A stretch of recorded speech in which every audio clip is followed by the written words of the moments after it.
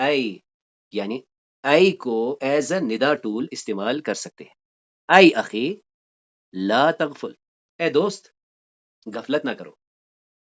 اب آخری ٹول جو ہے وہ ہے آ، یعنی آپ نے کیا کرنا ہے، جیسے ہم انگلش میں بھی کرتے ہیں او ہے، ویسے ہی ہم استعمال کرتے ہیں.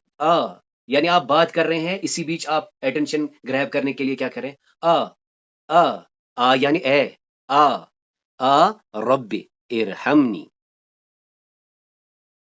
ہم بات کریں گے، یعنی جو کامنلی ہم قرآن میں ووکیٹیو پارٹیکلز دیکھیں گے وہ ہے بس یا، یعنی یا کو ہم زیادہ تر دیکھتے ہیں قرآن میں. یا میں ہم نے دو ہی چیزیں یاد رکھنی ہیں. اگر تو کوئی مفرد ہے، مفرد اسم ہے، تو ہم اس سے پہلے یا لگائیں گے، یا محمد یا طالب یا رب. اب اگر ہم نے ایک ال والے اسم کو پکارنا ہے، یا جیسے مثال کے طور پر الانسان، اس وقت ہم نے ایہا کو ایڈ کرنا ہوگا. یعنی پھر ہم کیا کہیں گے، یا پلس ایہا، آگے ال والا مذکر اسم،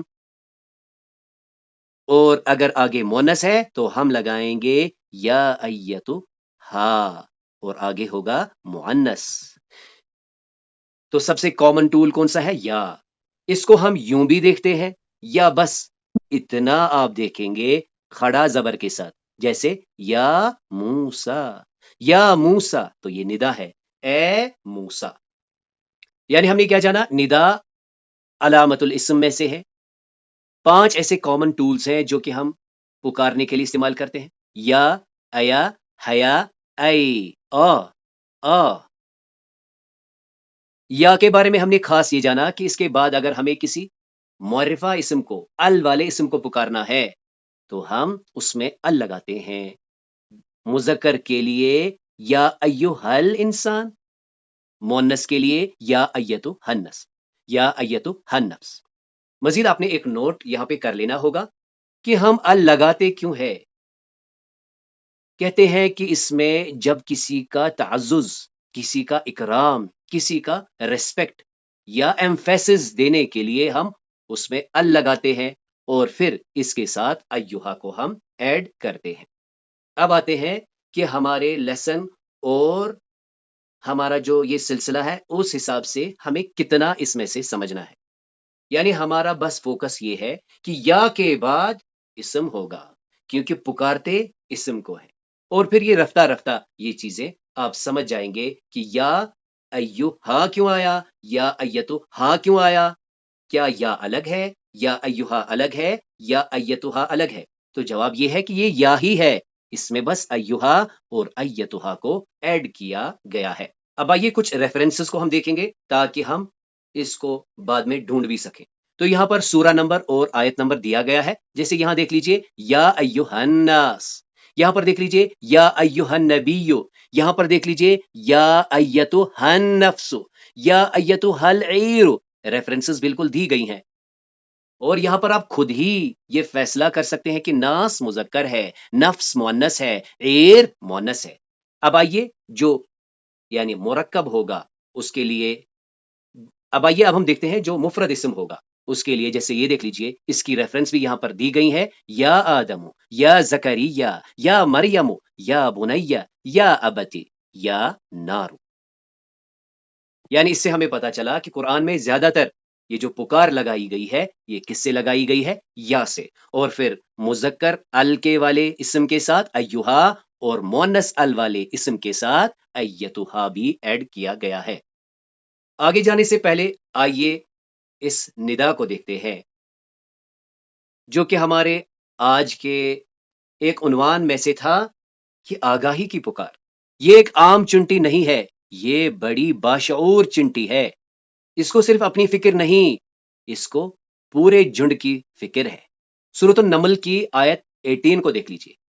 حَتَّى إِذَا أَتَوْا عَلَى وَادِ النَّمْلِ قَالَتْ نَمْلَةٌ يَا أَيُّهَا النَّمْلُ يَا أَيُّهَا النَّمْلُ ادْخُلُوا مَسَاكِنَكُمْ لَا يَحْطِمَنَّكُمْ سُلَيْمَانُ وَجُنُودُهُ وَهُمْ لَا يَشْعُرُونَ، یہاں تک کہ جب وہ آئے پہنچے واد النمل، چونٹیوں کی وادی میں، یہاں تک کہ ان کا گزر ہوا چونٹیوں کی وادی میں، تو نملہ نے کہا، چونٹی نے پکار لگائی، یا ایھا النمل، اے چونٹیو، اے چونٹیو، یا ایھا النمل، اے میری ساتھیو، اے میرے ساتھیو، ادخلوا مساکنکم، گھس جاؤ، داخل ہو جاؤ اپنے گھروں میں، اپنے بلوں میں، لا یحتمنکم سلیمان، کہیں تمہیں روند نہ دے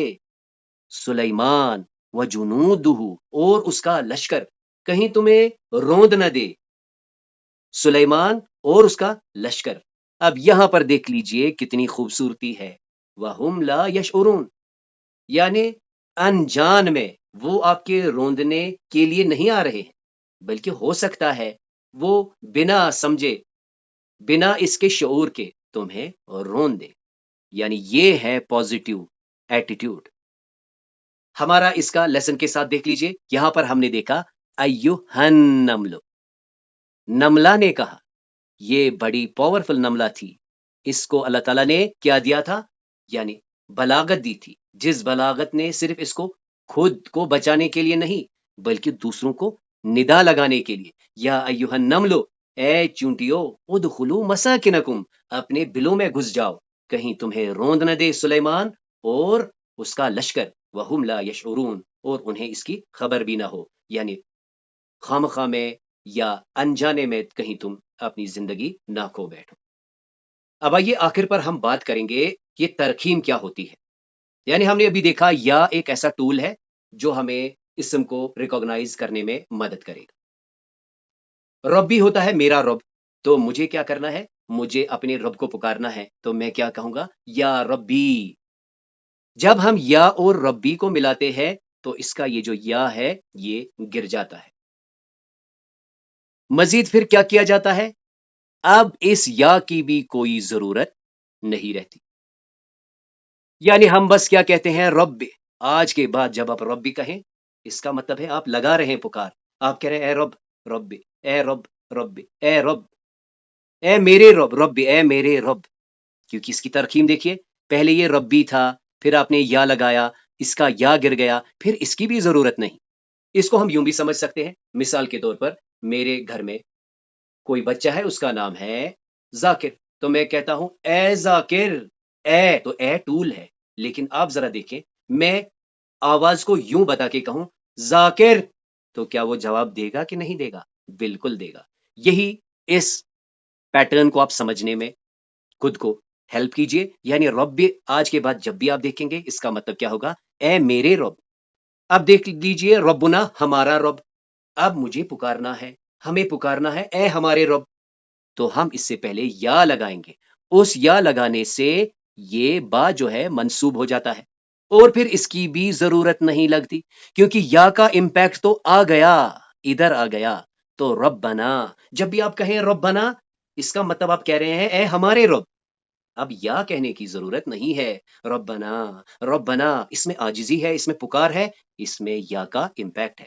اسی طرح دیکھ لیجئے، یہ ہے ابھی، ابھی، اس کو یا لگائیں گے تو یہ کیا بنتا ہے، یا ابھی، اور اس کو خوبصورتاً قرآن میں ہم کیسے دیکھتے ہیں، یا ابتی، یا ابتی، اے میرے ابا جان۔ بالکل اسی پیٹرن میں دیکھ لیجئے، یا کے ساتھ بنیون، تو یہ بنتا ہے یا بنیون، اور پھر اس میں آخر پر کیا لگ جاتی ہے، شدہ، یا بنیہ، یا بنیہ۔